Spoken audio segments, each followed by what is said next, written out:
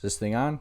It is. All right, welcome back to the channel. I'm DaRock. We're talking some more college basketball. Final weekend here of the regular season. So be going through here, breaking down some of the games. We got some good rivalry games this weekend. We're joined here by my buddies Will and Ben. We've already had Will on talk some college football. Figured we'd now get him on talk some college basketball. He's a North Carolina guy. And then my guy Ben, one of the best college basketball gamblers out there. Plus, get him as a third party here in this Duke Carolina preview. So we'll touch on a couple games with them, as well as then I'll touch on some games on my own, and then we'll get into some more topics with them at the end of the episode. So make sure to drop your comments with your picks for these games. Make sure to like the video, subscribe to the channel, and let's get into it. All right, we are joined by some very special guests. Glad we were able to make it work this time around. First, we have my guy Will. He's been on the show before talking some college football, but now we got him talking college basketball. North Carolina fans have thought it was perfect to get him on here for Carolina Duke. And then we have our neutral party, college basketball gambling expert, the general, Ben Taczy. Fellas, how are we doing tonight? We're doing good. I'm excited to get into this one.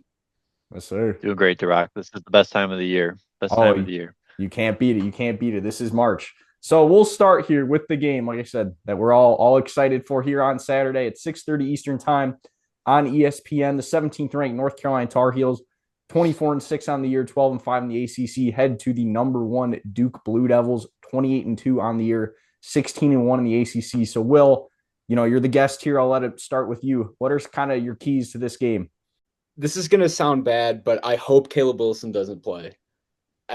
I just think it's pointless rushing him back ahead of the tournament. They've been able to kind of ride the wave with him being out. And, I was thinking about this a little bit. The timing of his injury might not be the worst thing for them. I feel like they got to a point there a little bit where they were just kind of standing around and watching him do his thing. A little bit like with the Bucks with Giannis sometimes. I like to compare it to that. So, you've seen some other guys like Visar and Seth Trimble step up a bit in his absence, and I think that could help them a lot come tournament time, but I think it's pointless to rush him back. So banking on the fact that he does not play on Saturday, Visar is going to have to stay out of foul trouble. I think Duke has just been so good down low against so many teams, and we've seen it the last couple of years when Carolina doesn't have a good big in that lineup, they just are lost out there. So I think that's going to be the main key. Gotcha. The general, what are your keys to this one? I mean, I think Duke is doing just fine the way they are. I don't think North Carolina has the bigs to compete with them. Vasar's been good, but those boys down there, Coach Shire's got them right, and he's got them in business too. I love them to just probably win by 25. Rip Coach Hubert. No, I'm serious. I'm fully serious. It was dominant NC State. Like they showed up, that place was rocking, and they never had a chance. Like so yeah, I think it's the same thing here.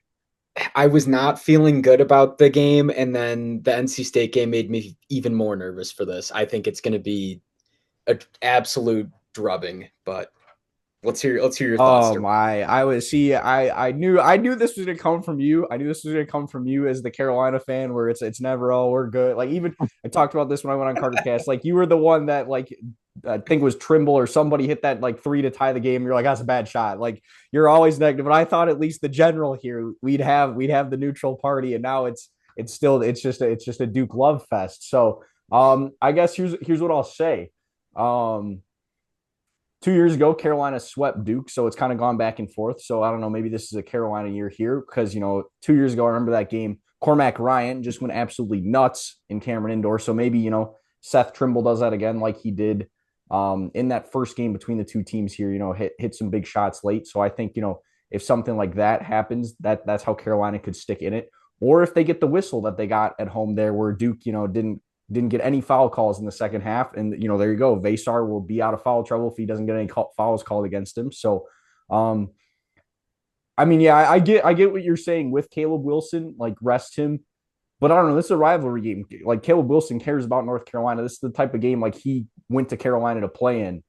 I have a hard time feeling, granted, I saw he's not, cleared yet, but I have a hard time feeling if he is capable of going at all, he's going to go. I get what you're saying. There's bigger fish to fry down the road, but Duke Carolina, this is the game. So I think he's going to try to play. If he plays, it's a much different game. I think it's going to be a close game. If he doesn't play, then I agree with the general here. I think Duke can win this one by 20 plus. So we'll kick it to the general first here. So you're going 20 plus point win here. Yeah, I've seen Coach Shire move on those sidelines, and I've seen him move with confidence. These boys are rolling. They're so good. They're better than last year, I think, because the ACC is better too this year. So you got to like we need to put more value on these dominating wins compared to last year, because it was bad last year. Like, that conference was horrible. But these guys are insane. They're 8 deep, and finally people are shooting. So I think we're in a place where we will not lose as a temporary Duke enthusiast until probably Thanksgiving next year.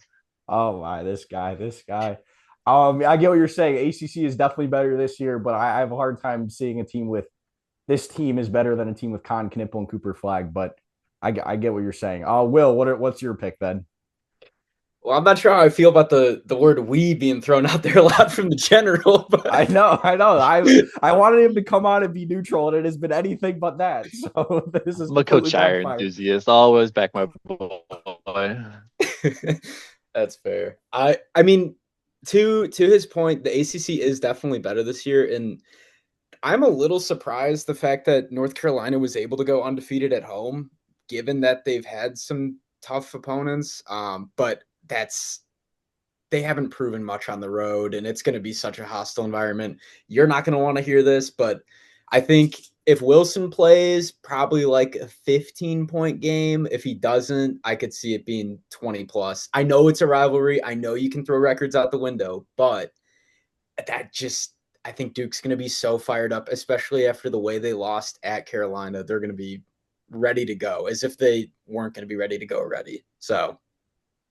Alrighty. Well, I'm a big Haslametrics enthusiast on this show. I know you guys are a fan of his as well. He also has Duke winning by 15 points in his projection. So you know what? Screw it. Fine. I'm going to be biased.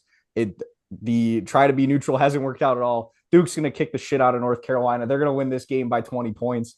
They need revenge for that last game. That last game was inexcusable. I guess that'd be the only thing if maybe once again they just don't put them away. But I don't see that happening twice in a row. Give me Duke to get the win. So now we'll go on another big one here. Not as big of a rivalry, but I guess, you kind of call it a rivalry here. 5th-ranked Florida Gators, 24-6 on the year, 15-2 in the SEC, head to the Kentucky Wildcats. Shout out Kent. Shout out Parker. 19-11 on the year, 10-7 in the SEC. This one's at 4 Eastern time on ESPN, so before the Carolina Duke game. So we'll start with the general here. Mr. Ben, what are your keys to this one? Keys to this one. Well, let's run them down. Like, run them all game, because the rebounding will be there, but we want to make sure we control his pace and then put our foot down on their throat as a Chomp enthusiast as well. Guards have been playing really well and playing really good on-ball defense too. I think Xavier the past 2 months, I think, has continually progressed. He's shooting better now. He's getting like 8 assists a game. We're in a really great place. And now if Thomas Hawk plays, great. I don't think he needs to, based on last game, but because those boys have been putting up 110 a game.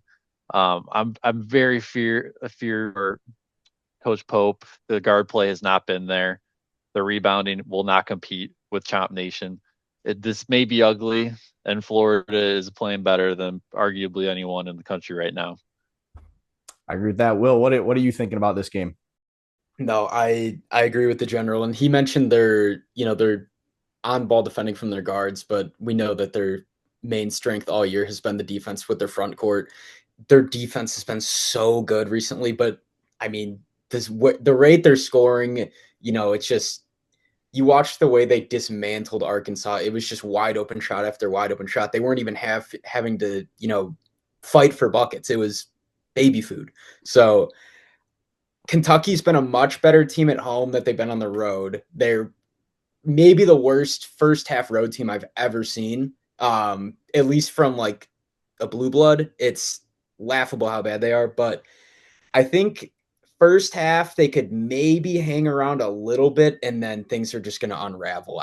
There's no way Florida doesn't win by 15. I think I'm going similar to, I mean, I know it's a road game. Big Blue Nation's going to be showing out, but also like there's just no Kentucky. They're losing their aura. There's no other way to put it.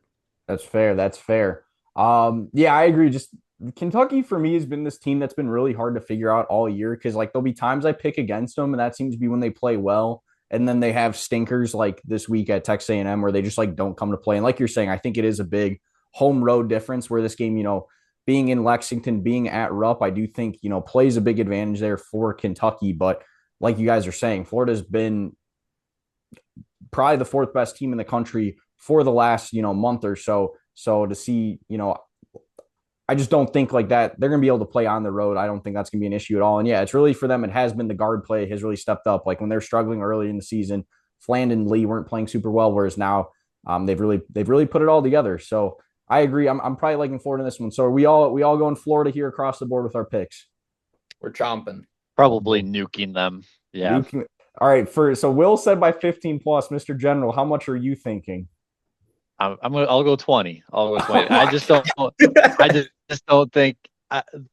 We've watched enough Kentucky where like we have no idea what's going on half of the, like right. It's so disorganized, and like when they can shoot they can hang, but there's only really two guards that are healthy on that team, and the bigs are half of what the Chomp Nation can do. So there's no way they can keep up with them. Yeah, and I want to flip this on you, DaRock. You kind of laugh at me saying Florida will win by 15 plus. The General said they'll win by 20 plus. What has Kentucky showed you this year that makes you think they could make this a competitive game, hang around, and maybe win? And again, maybe this is more just the way you guys come off that I got as a host here, I got to maintain better composure. Just like, the Cats are going to have to remain composed if they're going to stick in this game. I guess, I don't know, like, I didn't really get to watch much of this one live, but more just kind of caught the highlights. The first time around, they stuck it like they never led, like Florida led the whole time, but I don't know. Kentucky only lost by 9. And then looking here at the projections, has it being a 4-point Florida win. So I do think Florida's going to win. I guess I just have a hard time seeing Kentucky getting blown out, but I don't know. I guess Florida's done that to pretty much every team here lately. So I guess it wouldn't surprise me. I don't know. Maybe I'm just a bit more optimistic in this Kentucky team. Like I said, I feel like a lot of these spots this year when I've been like, no shot, they win. That's when they play their best. So maybe, they finally do kind of get it together. But yeah, like you guys are saying, they're not going to have an answer for, Ha, Chinyelu, for the bigs. And then, yeah, it's really just, even the guards at this point is probably advantage Florida. So I'm agreeing with you guys. I think Florida wins. I guess I'd maybe go more the 10-point range than the 15 to 20. So once again, thanks to Ben and Will for coming on there for their picks for Duke, Carolina, and Kentucky, Florida. Like I said, stick around at the end of the episode. We'll have a couple more topics I touch on with them. But let's get into some other games first. Friday night game of the night at 9 Eastern time on FS1. We have the 18th ranked St. John's Red Storm, 24-6 on the year, 17-2 in the Big East, head to the Seton Hall Pirates, who are 20-10, 10-9 in the Big East. So this is a game where St. John's, if they win, clinches a share of the Big East title that they will split with UConn. But if Seton Hall is able to pull off the upset here, they'll most likely be holding the Red Storm out of that title unless, UConn loses tomorrow. So big key in this one, Zuby Ejiofor. I think he's going to have another big game for St. John's. He's their leader in every statistical category. He played well first time around against Seton Hall. St. John's, rolling outside their loss of UConn and then the early loss to Providence. They haven't lost in the Big East this year. They beat Seton Hall the first time around, like I'm saying here. And it's just a guy where I don't really know if Seton Hall is going to have an answer for him. Clark, the leading scorer and assist man for Seton Hall, and then Payne, their leading rebounder. But that's what I'm just saying. Those guys really aren't capable of sticking around with an Ejiofor, and like even a guy, like Bryce Hopkins. Isaiah Sellers been playing really well for St. John's as of late as well. Looking here metrics-wise, too, they really just favor St. John's. St. John's 49 offense efficiency, 11th defense. Seton Hall's 137th offense and 17th defense. So that's really where I think this is going to be a game. If Seton Hall's going to have any chances, they're going to have to really slow this one down. They play a lot quicker or a lot slower than St. John's, where Seton Hall's 309th in pace to St. John's 52nd. So if Seton Hall is able to slow this game down, really take the possessions out of the game.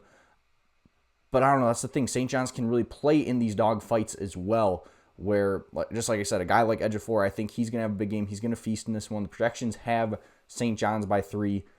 I would probably like them maybe by even more than that, probably like 5 or 6. So give me the Red Storm to go on the road here and get a win. Then we move on to the Big 12 here on Saturday in a game that has now kind of like sneaky become a very big bubble game here. Cincinnati Bearcats, 17-13 on the year, 9-8 in the Big 12, head to the TCU Horned Frogs, who are 20-10, 10-7 in the Big 12. This one's at 2 Eastern time on TNT. So both these teams playing some good ball here as of late. Cincinnati beat BYU during the week, pulling an upset there, and then TCU went into Texas Tech and got the win as well. TCU's won their last 4 games. Cincinnati 2 straight. Granted, they lost Texas Tech, but had a win against Kansas before that as well. So really good ball here from the Bearcats as of late. And the Horned Frogs, like I said, now they're looking to be a tournament team themselves after that win during the week. So it's going to be really fun in this matchup watching David Punch and Baba Miller go at it. They're the 2 go-to guards for each team here. Punch averaging 13 points per game, 13.6 points for TCU, and Baba Miller with 13.8 for Cincinnati. Looking here metrics-wise, both these teams have the better defenses. Is TCU's 80th offense and 28th defense, Cincinnati's 86th offense and 18th defense. So I think this could be a defensive game here. Both these teams play pretty similar pace. They're both in like the 160s and 190s, so not too much of a difference there. They both score here in the high 70s.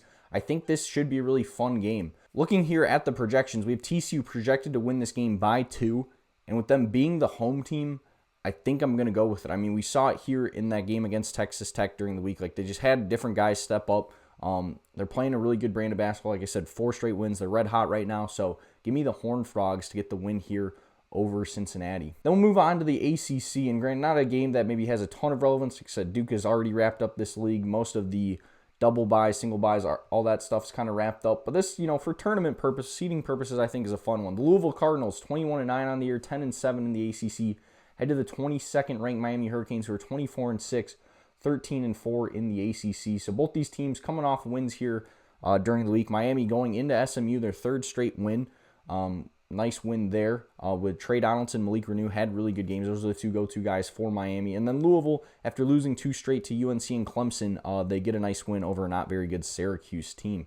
So that's kind of touching on the leaders for these teams. Malik Renew, leading scorer. Like I said, Trey Donaldson, the leading assist man. So those are really the 2 go-to guys in Miami, where Ryan Conwell is the leading scorer and assist man for Louisville, and then Salik Fru, leading rebounder. And that's where I think, that could be the difference in this game, is I think Louisville has the guards to stick around with Miami. In Conwell, if Michael Brown plays, even Isaac McNeely's had some good games here as of late. But I just really think Miami has the better front court, where I just don't really see anyone, being capable of stopping Malik Renew. I think he's going to have a really big game in this one. Looking here at the projections, Louisville does have the better offense efficiency, 22nd to Miami's 42nd, and actually better defense, 14th to Miami's 38th, as well as they like to play a lot quicker. Louisville's 22nd in pace to Miami's 163rd. So that's, what they're really going to have to do here with that front court, is really try to speed this game up, make it a fast-paced game, knock in their shots, like get really hot from beyond the arc, something that, Louisville at times is capable of doing. They shoot 37% from 3, which is 45th best here in the country. So I think this is going to be a close one. It has Louisville projected to win 78-77. And, a lot of these metrics here that I'm reading off probably do favor Louisville. But in all honesty, I just kind of like the way Miami's been playing right now. And like I said, I just don't think the Cardinals are going to have an answer for Malik Renew. I think he's going to feast, have a really big game in this one. I could see him, he's averaging 19 points per game. Yeah, I think he goes for 20 plus, maybe like 23, 24. So I think he goes for a big game. I think Donaldson's going to feed him the ball, and I have Miami getting the win here. Then the game of the year here in the Mountain West. We have the New Mexico Lobos, 22-8 on the year, 13-6 in the Mountain West. Head to the Utah State Aggies, who are 24-6, 14-5 in the Mountain West. This one's at 4 Eastern time. On the Mountain West Network, it's a little disappointing that it's not on like actual TV. I can't believe that there wasn't a single network that picked this up. That seems kind of odd, but so be it. So these 2 teams had some interesting weeks. So first it started Utah State. If they beat UNLV, would have clinched a share of the Mountain West title. Well, they end up losing, getting blown out in Las Vegas there on Tuesday night. So then New Mexico, they host Colorado State on Wednesday. If they win, it sets up this game as the winner wins the Mountain West. They get upset by Colorado State. So now Utah State still clinches a share, can win the league outright with the win here. However, if New Mexico wins, they clinch the other share there of the Mountain West title. So the leaders in this one, Jake Hall, the leader for New Mexico. Watching him and then MJ Collins, leading scorer for Utah State, go at it's going to be a lot of fun. And then Bulan, the leading rebounder for New Mexico, averaging 10 rebounds a game. See if he can maybe slow down Mason Falslev, who's averaging only 6 rebounds a game. But Collins and Falslev, really dynamic duo there, one of the best there, not only in the Mountain West, but I would say, all mid majors, maybe even the country. So I think those two, they're destined to have some big games here. Really the difference that I can see in this one is New Mexico likes to play very fast. They're 64th in pace to Utah State's 177. So they're really going to want to speed this game up. I think that plays into their hands. However, Utah State can kind of score with them. Utah State's averaging 82 points per game. New Mexico's 80, both averaging 70 points per game. And also Utah State shoots the ball slightly better, 50% to New Mexico's 46%. So it's really just going to be, can New Mexico speed it up? But I guess they'd have to get hot from three too. They do shoot 37% from three, which is 50th best in the country. They do shoot the three ball slightly better than Utah State. So that's really where it could be their advantage. If guys like Hall, even Albury had a really good game in the last game for New Mexico, one of their other go-to guards there. Or not last game, but one of the games recently, he might have been their leading scorer last game. I can't remember. So I think it's going to be a fun contest here. The projections have Utah State winning by 6. I do think Utah State's a better team. Plus, with this game being at home, I like the Aggies to get the win here. Then another big bubble game on to the Big Ten here on Saturday. The Indiana Hoosiers, 18-12 in the year, 9-10 in the Big Ten. Head to the Ohio State Buckeyes, who are 19-11, 11-8 in the Big Ten. This one's at 5:30 on Fox. So I'm just going to be honest. The fact that these two teams are NCAA tournament caliber teams, right on the bubble, or one if not both of them are going to get in. It shows why are we even debating expanding the NCAA tournament? Neither of these teams are particularly good. And in all honesty, I really don't want to see much more of them, other than, their two go-to guys on each squad here are a lot of fun to watch. Lamar Wilkerson scoring 21 points per game for Indiana, to Bruce Thornton's 20 for Ohio State. So those two guys, really fun to watch. Both had, big games during the week. Ohio State wins at Penn State 94-62. 2 straight wins after, upsetting Purdue during the last weekend. Indiana, after 4 straight losses, finally gets back in the win column against a not very good Minnesota team, beating them by 30. So looking here, both these teams play pretty slow. They're both in the 260s in pace. So I think this, going to be a grinded out game where it's just kind of, I guess the thing here too is both of them kind of play slow because they really just kind of play through their guard, where it's wait for, Wilkerson or Thornton to be able to get a bucket there. Even, some kind of secondary guys here like Devin Royal, Tucker DeVries, watching them go at it could be a lot of fun. Both those are the leading rebounders for these two teams here. Even, Mobley's had some really good games for Ohio State here. It's getting, got times other guys like Connor Enright or even Nick Dorn have stepped up for Indiana. If a guy like that steps up for Indiana, like a third, fourth guy, that's how then I think they could win this game. But other than that, I just think Ohio State's a better team here. Granted, not by very much. Both these teams aren't particularly great. Ohio State's projected to win this one by 5 in the projection. They have this better offense, 11th offensive efficiency to Indiana's 21st. And then Ohio State also has a better defense, 44th to Indiana's 54th. So I just think they got the better units. I honestly think Bruce Thornton probably is going to be the best player on the court. Like I said, him and Wilkerson, I think, are going to be trading buckets. I think it's going to be a high-scoring one. Played in the high 70s, even into the 80s. But I do like the Buckeyes to get the win there. Then moving on to Saturday night in the SEC, like I said, not a super consequential game, as Alabama already has, the second seed here in the SEC locked up, and Auburn is nowhere near the top. They're not a very good team. Another team that I don't really know how they're even in tournament conversations, but I talked about that last episode, so we won't dive too deep into it, because 8:30 Eastern Time, ESPN, 16-14 Auburn Tigers, who are 7-10 the SEC, head to the Alabama Crimson Tide, 16th ranked team in the country, 22-8, 12-5 in the SEC. So Auburn finally gets in the win column, beats a not very good LSU team 88-74 during the week, where Alabama, after they'd won 8 straight games, including a win against Auburn in the previous meeting, they finally suffered their first loss in a while, losing at Georgia 98-88 here during the week. This one's going to be another fun guard battle. LeBaron Philon, who hit that game winner in Tennessee, watching him and Latrell Wrightsell go at it against Keyshawn Hall and Dahad Pettiford. Hall's not a guard, but against Pettiford, and then, Hall as well as the, go-to guy there for Auburn. Should be fun. Philon and Hall both averaging over 20 points per game. Amari Allen and Hall, then the leading rebounders. Allen for Alabama averages 7 rebounds, 7.1 rebounds, and then Keyshawn Hall averages 6.9. So I definitely like Alabama's team more. Like I said, I really think it's just kind of Hall and Pettiford who's been kind of disappointing this year, in all honesty. Plus, Alabama likes to play really fast, where Auburn does not. Alabama is 4th in the country in pace to Auburn's 212th here. Plus, offense efficiency, Alabama's 6th. to Auburn's 12th, and then Alabama 43rd defense to Auburn's 106. So, like, I don't think Alabama's going to have any problem scoring. We've seen a lot of their games lately, they've been in the, 80s, 90s, even 100 points. I think Alabama scores 90-plus points in this game. Looking here, let me pull up the projection here really quickly. It has Alabama scoring 90 points in this game, winning 90-82. Honestly, I like that for a final score. That's probably what I'm going to go with. Honestly, I could see Alabama by winning even more. I could see like a 92-82, like 10-point win here for Alabama. Like I said, Auburn, not a good basketball team. If you are watching basketball with your eyes and not a spreadsheet, you realize that, and you don't want this team in the NCAA tournament. So give me Alabama to get the win here.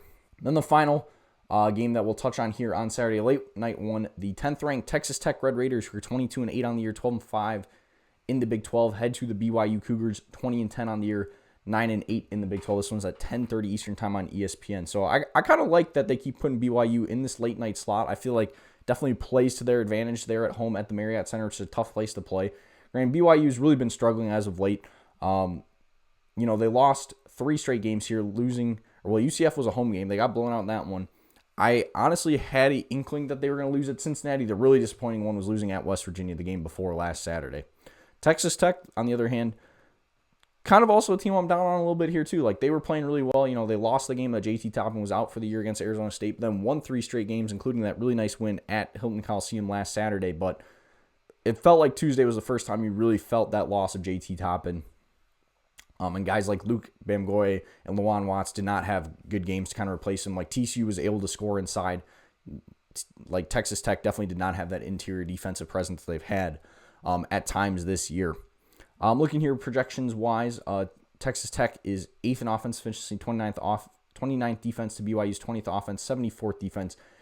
However, like I said, a lot of that, both those offense and defense metrics include JT Toppin, which we don't have here. And a guy like AJ DeBansa for BYU, granted, like I said, they also don't have Rob Wright, so maybe you can kind of collapse a little bit in more, or not Rob Wright. They don't have Richie Saunders anymore. They do have Rob Wright. So maybe you can collapse in on a guy like AJ DeBansa a little bit more, but I really think he's going to be able to get to the rack in this game. He's going to score a lot inside.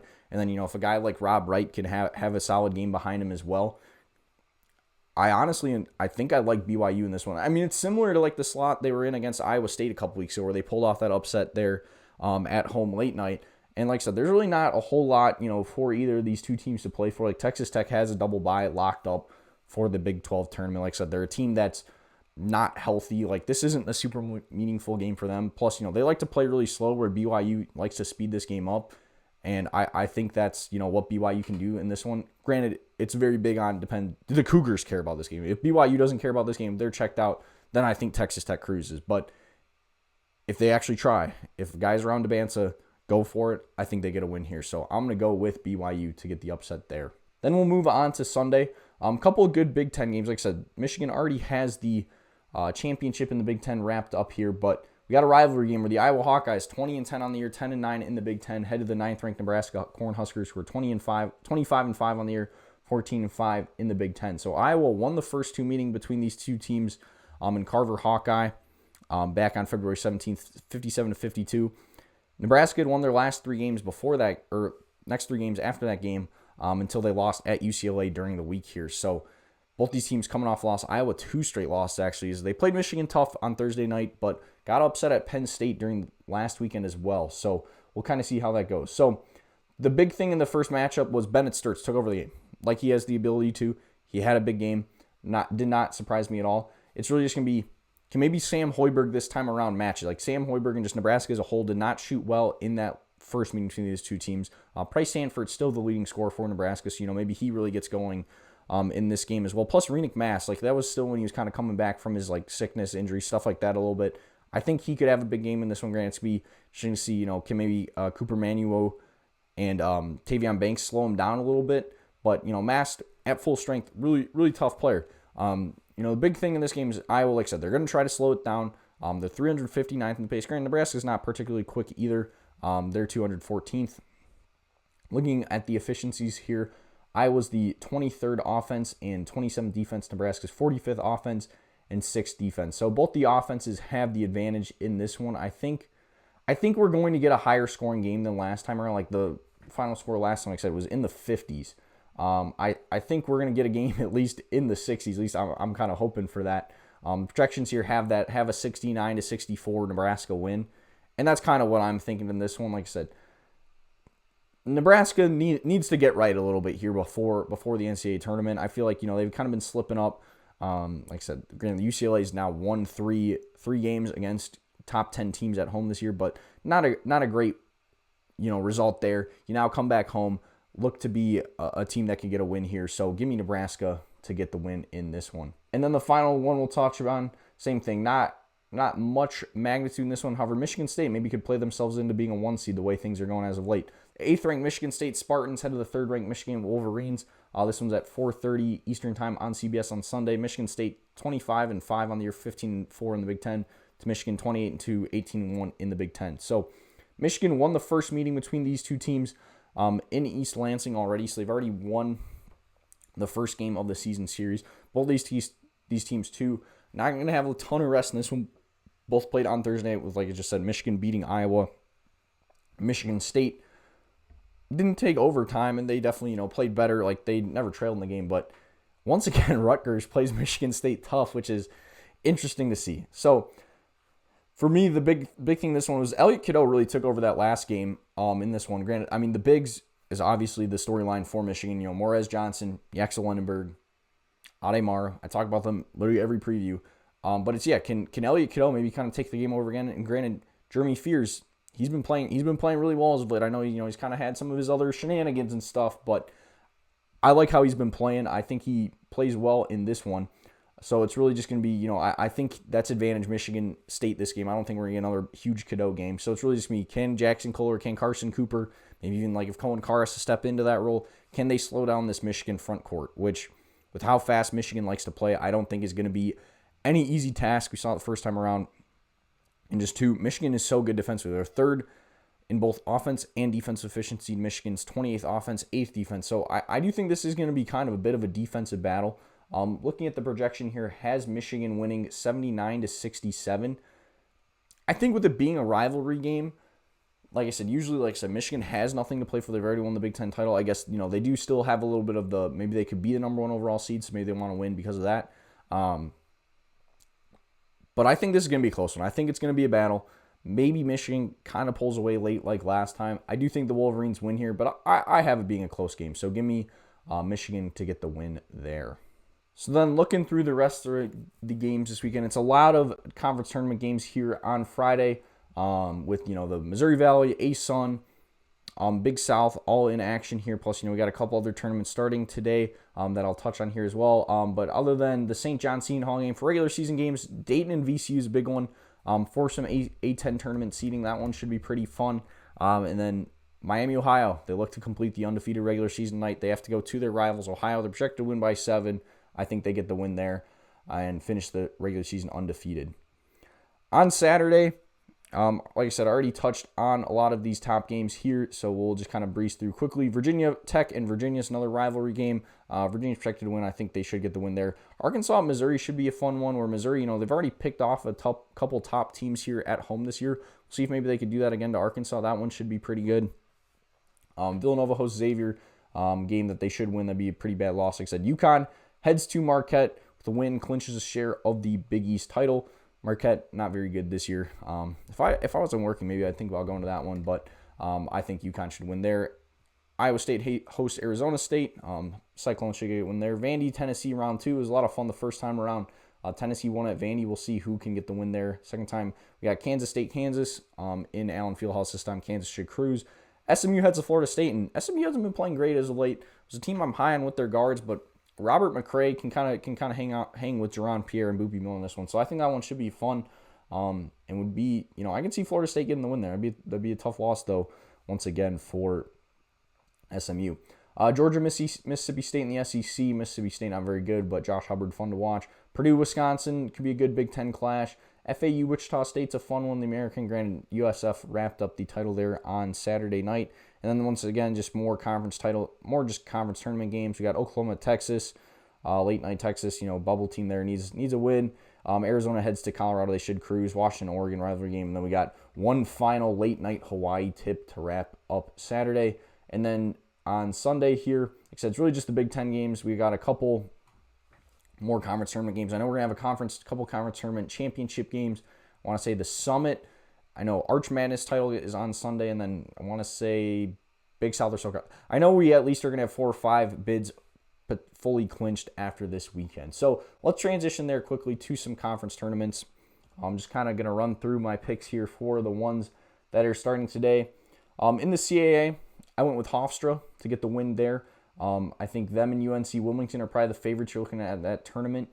Both these teams have been playing pretty well as of late. Like I said, Charleston hasn't been so great lately, so that's kind of why I like Hofstra as the 3 there over the 2. But just kind of looking at different metrics and stuff, I like Hofstra to get the win there in the CAA tournament. In the Big Sky, I think this one's going to be a lot of fun. I think it's going to be chaotic. I have Idaho and Northern Arizona winning the games that start today.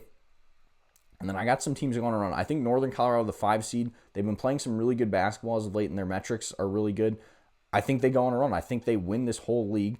I like Eastern Washington to be the ones to face them in the title, taking down Montana State, which, granted, if you really considered a 3 over a 2, a huge upset. But yeah, definitely, the 3 seed and the 5 seed is definitely not a traditional matchup. I think Eastern Washington we're going to see in the final. I think they for sure beat Montana State. But honestly, like that Northern Colorado and Portland State semifinal game, if we get that, I think that could kind of be the championship matchup here, where I think whoever wins that game probably beats Eastern Washington in the championship. So I went a little bit off the board there, but like I said, Portland State's also a very good team. They could win it as well. And like I said, I like Eastern Washington go on a run too. Then we got the American East starting today as well. This one I went pretty chalk. UMBC and Vermont are the 2 best teams in that league. I think we should see them in the final. I went with UMBC, the 1 seed, to get the win there. Metrics-wise, just like them a little bit more. NJIT was a fun story this year as well. They've been playing good, so who knows? Maybe they could upset Vermont, but Vermont's kind of run the American East here these last couple of years, so I think we're going to at least see them in the championship game.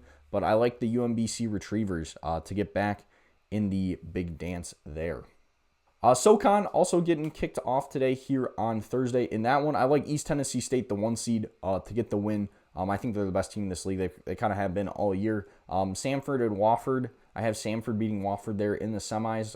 Like I said, I think, kind of whoever wins that game is definitely going to lose to East Tennessee State. I think it's kind of their tournament to lose. Mercer's another fun team that's been playing some good basketball as of late. But if they're on the other side of the bracket, I would like them to get to the championship game. But just since they're going to have to play East Tennessee State, which is just such a wagon, I like the Buccaneers to get the win there. And then the final one that we'll touch on here, this one's starting here on Sunday. Another ladder in the Southland. This is very much one we're going to get McNeese and Stephen F. Austin in the tournament championship game. I want to say, like I said, this tournament starts Sunday. So the championship would be there on Wednesday. And I think that's going to be a very fun game. They've split the regular season series. They're the 2 best teams in this league. And I think, like I said, that's the title game we're going to get. And I'm leaning McNeese State. Like I said, they split at each other's arenas. Now on the neutral site, I think McNeese is a slightly better team. I mean, they pulled an upset in the tournament last year. I think whoever wins the Southland is going to once again, they're going to win their first round game. At least I'm going to be picking that in my bracket. But give me McNeese to get the win there.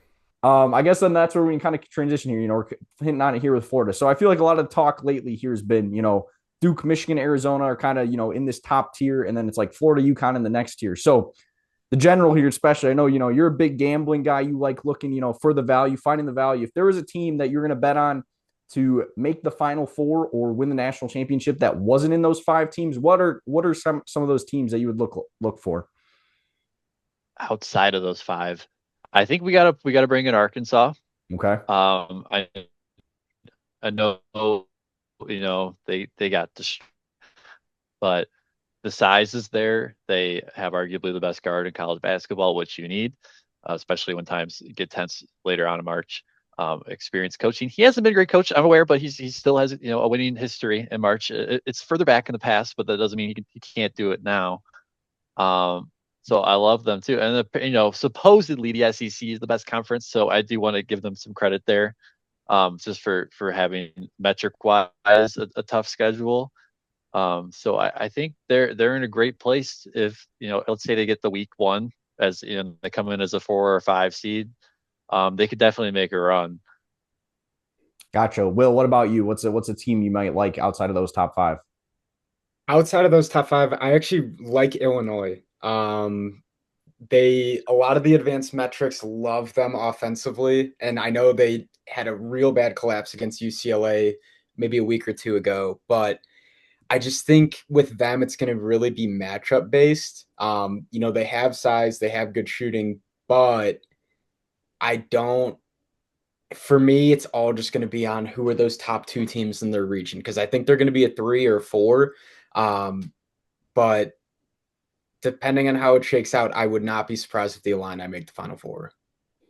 Okay. I like those two picks. For me, if I had to pick one, I'm gonna go Houston. I mean, they're a team that was a shot away from winning the national title last year. They bring back, a couple guys from that team. The biggest problem for Houston with me is just their offense, where they rely so much on tough shot making. Where a game like the Kansas game, you saw like those weren't dropping, and even like late in the Iowa State game. Granted, they got some tough calls in that game.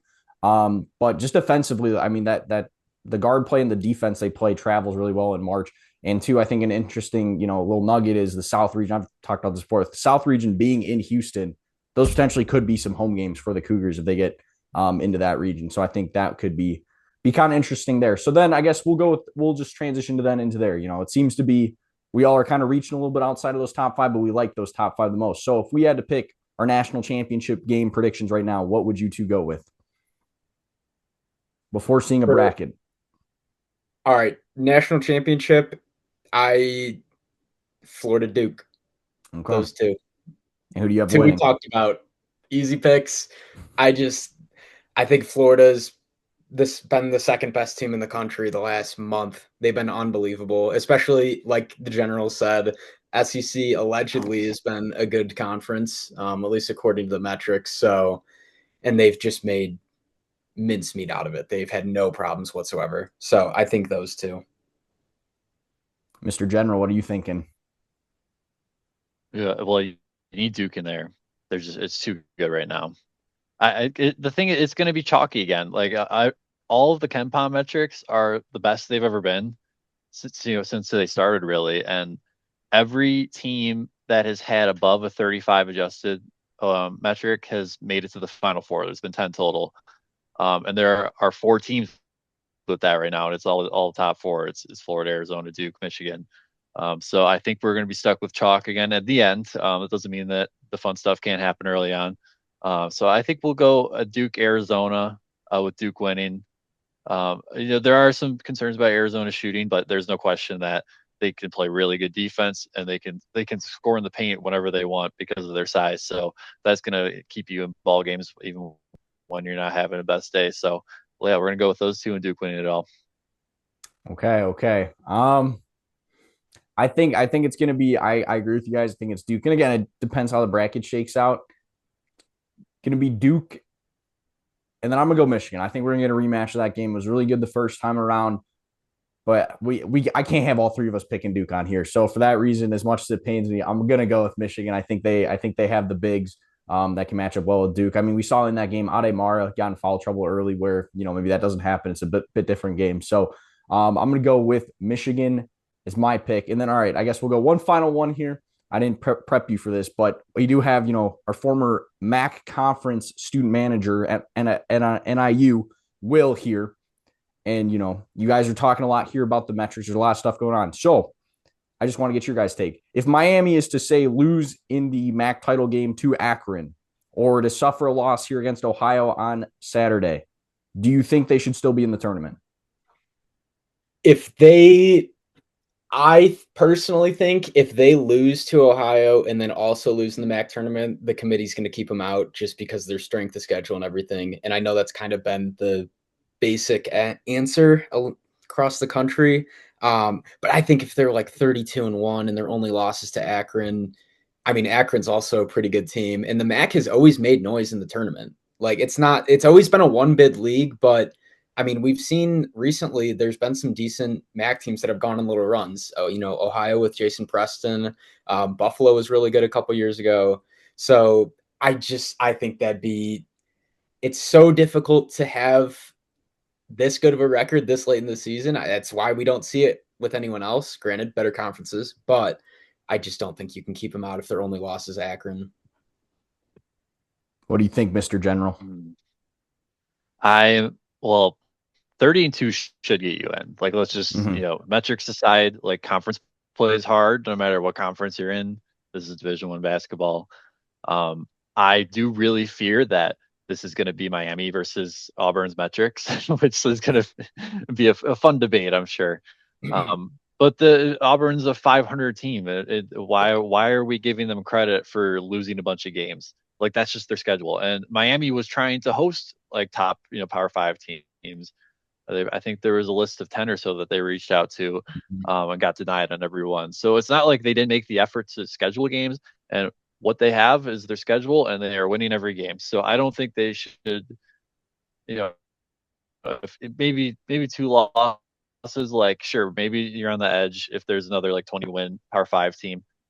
Obviously that will have better numbers, but we don't want to discredit 4 months of work, 4 months of winning for one bad week. I think that'd be really harsh, and everyone wants to see them in at this point because of their story and how far they've come.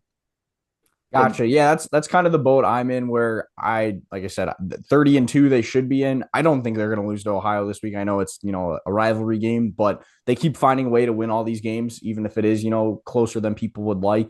But I do think, like we're kind of hinting at here, Akron is a very good team. I think, Akron might end up being favored in that game against Miami, Ohio, with how good their metrics are. So wouldn't surprise me if Akron won that game. But yeah, I agree with you 100%. It's my big thing lately is, like, I don't know why they just want to watch basketball on spreadsheets and they don't want to actually watch the games. Because yeah, if you actually watch the games, you realize Auburn is not a good team. Like, that's just kind of my big thing here. Even, Ohio State's going to be in now.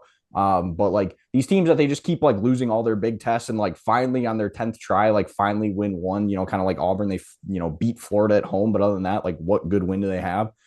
We've seen it with them. I'd rather see a Miami, Ohio, where, these teams don't want to schedule them in the non-con. Okay, well, now you get to play us in the tournament because you wouldn't play us in the non-conference. I'd rather see something like that. So, but I think that's going to wrap it up, unless you guys have any other closing thoughts on Miami, Ohio, or any other teams here in the country.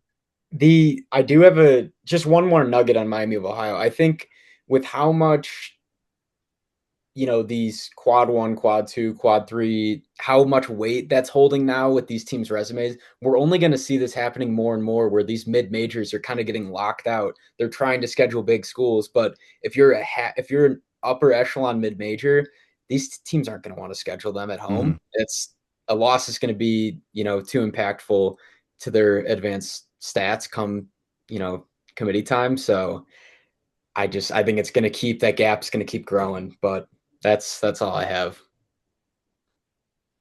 Gotcha. Well, all righty. Well, thank you guys so much for coming on. Hopefully, we can do this again either next week for conference tournaments. Come have you guys talk that a little bit, or, big dance here in a couple of weeks. So appreciate you guys coming on. Thank you, DaRock. We love you, and we'll always be here for you. I appreciate it.